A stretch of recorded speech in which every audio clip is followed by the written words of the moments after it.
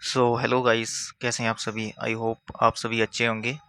तो जैसा कि पिछले कुछ दिनों से हम हिंदी की ये सीरीज लेके चले हैं जिसमें हम लगभग हर दिन एक एक टॉपिक करते जाते हैं। तो पिछले कुछ दिनों से हम पढ़ रहे हैं और हिंदी का हमने काफ़ी सारा सिलेबस कवर कर लिया। अगर आपने वीडियोस नहीं देखी हैं तो आप पिछली वीडियोस देखें, उसके बाद इस वीडियो पे आएँ।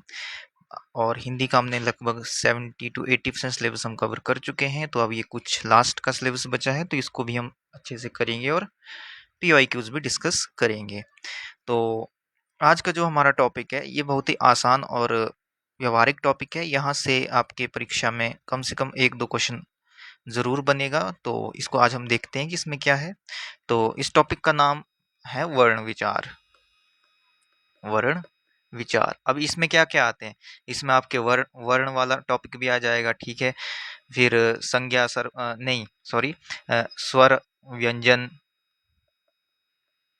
ये सभी वर्ण विचार में आते हैं, ठीक है। तो वर्ण विचार में सबसे पहले हम पढ़ते हैं वर्ण की वर्ण क्या होता है। हिंदी में वर्ण होते हैं, ठीक है। वर्णमाला होती है, ठीक है, वर्णों को मिला के। तो सबसे पहले हम वर्ण की शुरुआत करते हैं कि वर्ण होता क्या है, ठीक है। अब यहाँ पे इसकी परिभाषा देख लीजिए आप। भाषा की वह सबसे छोटी ध्वनि जिसके और टुकड़े नहीं किए जा सकते उसे वर्ण कहते हैं। यानी क्या है, भाषा की वह सबसे छोटी ध्वनि, भाषा की वह सबसे छोटी ध्वनि जिसके और टुकड़े नहीं किए जा सकते वह वर्ण कहलाती है। समझ गए। तो उसको हम वर्ण कहते हैं। यानी कि एक छोटी सी छोटी ध्वनि होगी जिसके और अधिक टुकड़े करना पॉसिबल नहीं है, किसके, भाषा के, ठीक है। तो उसे हम क्या कहते हैं, वर्ण कहते हैं। जैसे उदाहरण के रूप में देख लो, जो अ हो गया, ठीक है, क हो गया, म हो गया, त हो गया। इन चीजों के क्या है, हम और टुकड़े नहीं कर सकते, ना ही होंगे, ठीक है। ये सिर्फ लास्ट की ध्वनि है जिनके टुकड़े नहीं होंगे, ठीक है। तो इसको हम क्या कहेंगे, इनको हम वर्ण कहेंगे, ठीक है। जैसे शब्द आ गया, कमल आ गया, ठीक है। कमल में क्या क्या आ गया, क प्लस म प्लस ल, कमल, ठीक है। यहाँ पर क म ल तीनों क्या है, वर्ण है। अब परीक्षा में पूछा गया क्वेश्चन इसी के साथ कि भाई भाषा की सबसे छोटी इकाई क्या कहलाती है, आप सीधा ही पूछ लेते हैं, तो आपने क्या टिक कर देना है, वर्ण, ठीक है। फिर आगे होता है हमारा दूसरा, उसे कहते हैं हम वर्णमाला, ठीक है। अब वर्ण तो हमने पढ़ लिया, और अब क्या पढ़ना हमने, वर्णमाला। माला क्या होती है, माला मतलब कुछ शब्दों का माला, माला से आप समझते हैं कि एक समूह होता है, ठीक है। तो वैसे ही वर्णमाला यानी शब्दों का समूह। तो यहाँ पे आप परिभाषा भी देखिए, वर्णों के व्यवस्थित समूह को हम क्या कहते हैं, वर्णमाला। जिस प्रकार अंग्रेजी में होता है ABCD, ठीक है, वर्णमाला है, उसी प्रकार हिंदी भी क्या होती है, वर्णमाला होती है। जैसे आ ई इस प्रकार से ये होती है वर्णमाला। Okay guys. तो हिंदी वर्णमाला, अब हम पढ़ क्या रहे हैं, हम हिंदी व्याकरण पढ़ रहे हैं। तो अब हम हिंदी वर्णमाला की बात करेंगे इसमें, कि हिंदी वर्णमाला मुख्यतः दो भागों में बांटी जाती है। कितने भागों में बांटी जाती है, दो भागों। क्या होते हैं, स्वर होते हैं प्लस व्यंजन होते हैं, ठीक है। आपने छोटी कक्षाओं में पढ़ा होगा स्वर और व्यंजन, और तो आज उसको बस हम रिवाइज ही करेंगे, ठीक है, और ज़्यादा इसमें कुछ नहीं है। तो स्वर और व्यंजन, तो सबसे पहला हम पढ़ते हैं वर्णमाला में स्वर, कि स्वर क्या होते हैं। अब देखो यहाँ पे, जिन वर्णों के उच्चारण में किसी अन्य वर्ण की सहायता नहीं लेनी पड़ती है उन्हें हम स्वर कहते हैं। क्या है, जिन वर्णों, कुछ वर्ण होंगे, ठीक है। फिर से वर्ण यानी भाषा की सबसे छोटी से छोटी इकाई होगी, ठीक है। उनके उच्चारण में अन्य वर्ण की सहायता नहीं लेनी पड़ती, उन्हें हम क्या कहते हैं, स्वर कहते हैं। जैसे स्वर देखो यहाँ पे क्या है, अ आ ई उ री, ए ओ औ। यानी जितनी भी मात्राओं वाले ये वर्ण हैं, ये है मात्राएं आपकी, ठीक है। इनकी मात्राएं भी होती है, अ की मात्रा, आ की मात्रा, ई की मात्रा, ई की मात्रा, ठीक है। तो ये क्या आते हैं, आपके स्वर आते हैं, ठीक है। तो कितने हैं ये, 1 2 3 4 5 6 7 8 9 10 11। तो हमारे स्वर कितने होते हैं, स्वर होते हैं हमारे 11। स्वरों की संख्या जब भी आपसे आपके एग्जाम्स में पूछी जाएगी कि हिंदी वर्णमाला में कितने स्वर हैं, तो हिंदी वर्णमाला में आपके 11 स्वर होते हैं। अब ट्रिक देखिए, अ आ ई उ री, ए ऐ ओ औ, ठीक है। इस प्रकार से आप याद कर सकते हैं, औ तक जितने भी होते हैं, ठीक है। ये आ गए हमारे, क्या थे, स्वर आ गए। अब स्वर, स्वर देखो, अब स्वर से कैसे शब्द बनता है, ठीक है। जैसे स्वर आ गया अ, शब्द बन गया अनार, ठीक है, यानी कि अनार। आ आम, ठीक है। ई का शब्द इमली, ठीक है। ई बड़ी ई का शब्द आ गया ईश्वर, ठीक है। ऊ का आ गया उल्लू, ऊ का आ गया ऊन, री का आ गया ऋषि, ठीक है। फिर वैसे ही ए का आ गया एक, ऐ का आ गया ऐनक, ओ का आ गया ओस, औ का आ गया औरत। इस प्रकार से ये किसके शब्द हैं? आपके स्वर के, स्वरों से बनने वाले शब्द हैं। अब स्वरों के भी कितने हैं? क्या है? स्वरों के भेद होते हैं, ठीक है। क्या होते हैं? स्वरों के भी भेद होते हैं, ठीक है।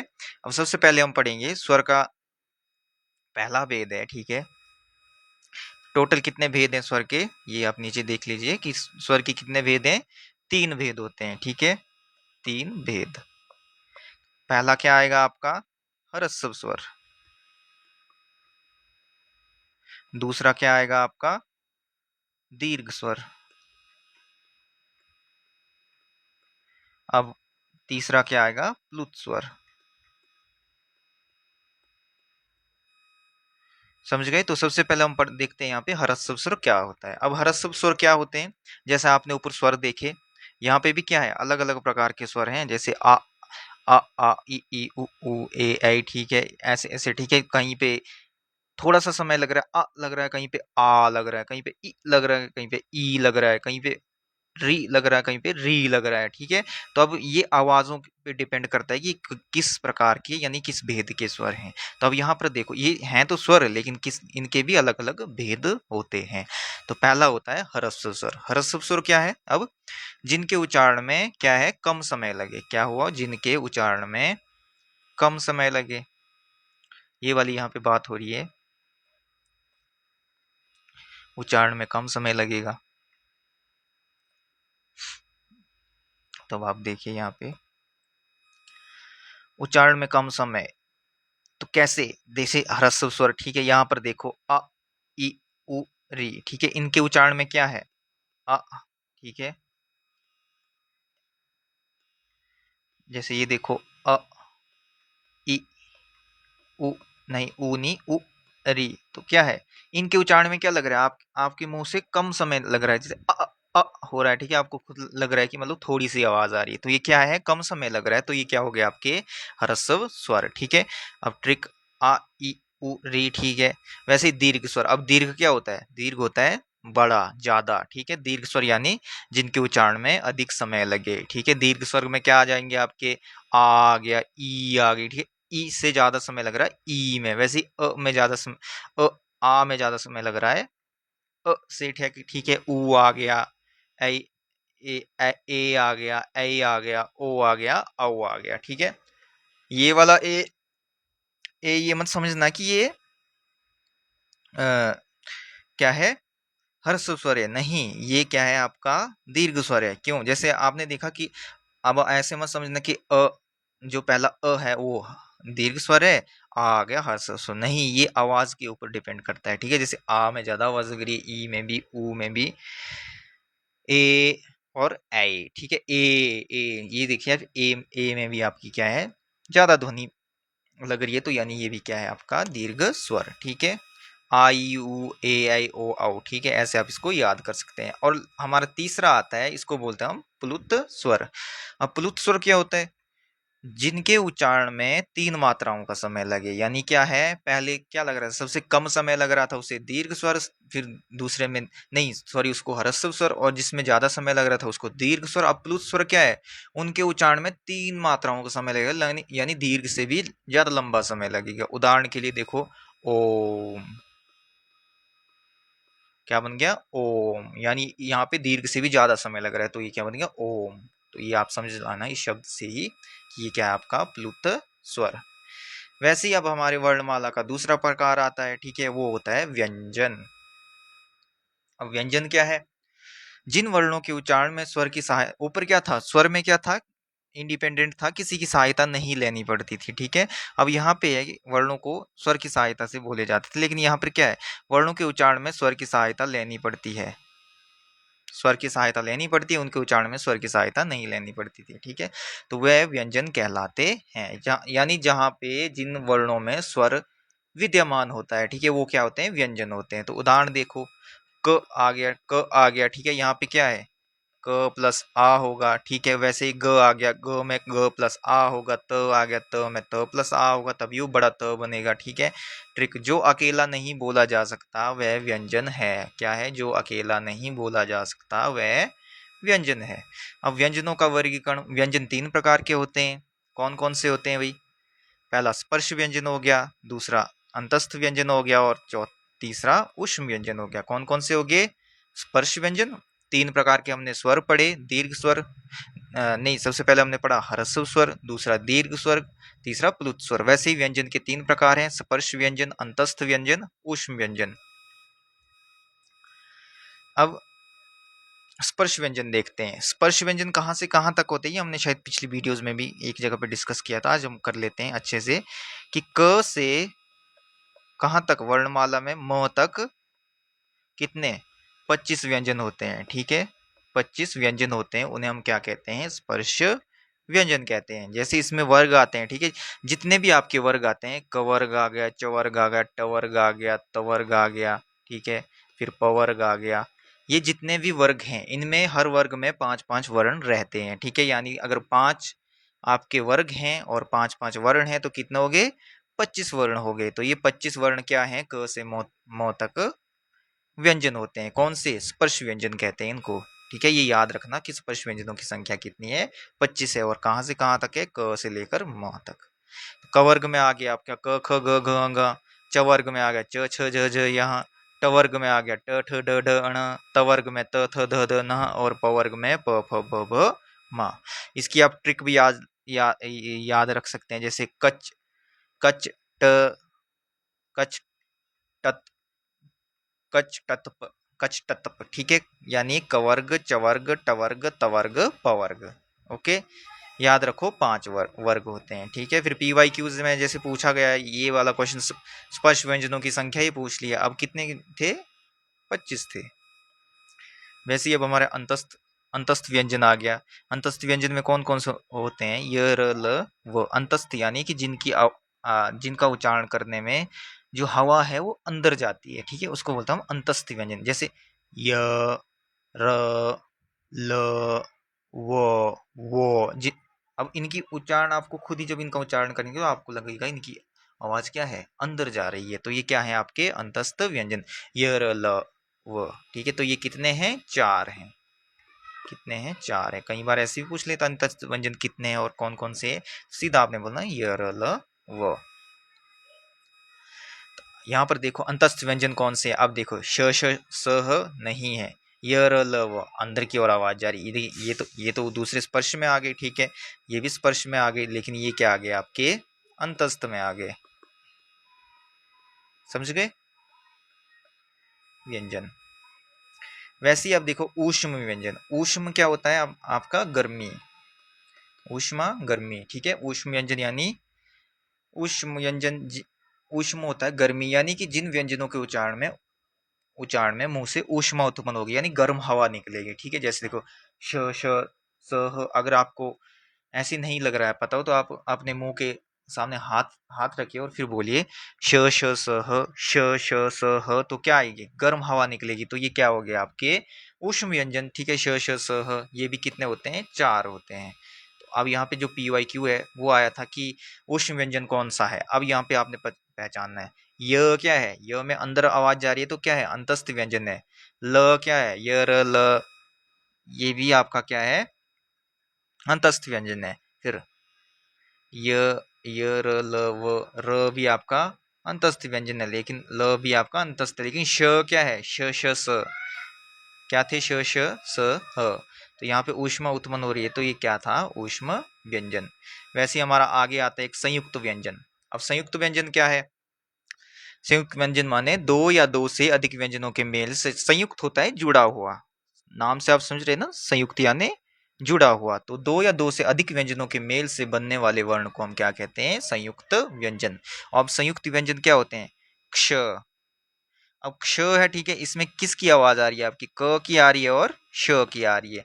तो ये मतलब दो दो या दो से अधिक व्यंजनों के मेल से बना वर्ण है, तो इसको हम क्या कहेंगे? संयुक्त व्यंजन, यानी जो दो वर्णों के मेल से जुड़े होते हैं, ठीक है। क्ष आ गया, ठीक है, फिर त्र आ गया, त्र में किसकी आवाज ध्वनि आ रही है? त की आ रही है आपको, र की आ रही है, तो ये भी क्या आ गया आपका संयुक्त। फिर ज्ञ आ गया, ज्ञ में किसकी आ रही है? ज प्लस य की आ रही है, ठीक है। फिर श्र आ गया, श्र में श प्लस र की, ठीक है, तो ये बन गया श्र।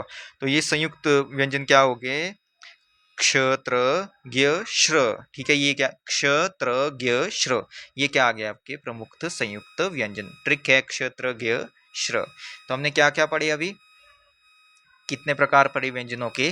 पहला प्रकार क्या पढ़ा हमने? स्पर्श व्यंजन। कितने होते हैं? 25 होते हैं। जितने भी वर्ग होते हैं वो स्पर्श व्यंजन है, ठीक है। फिर अंतस्थ व्यंजन पढ़े, य र ल व, ठीक है।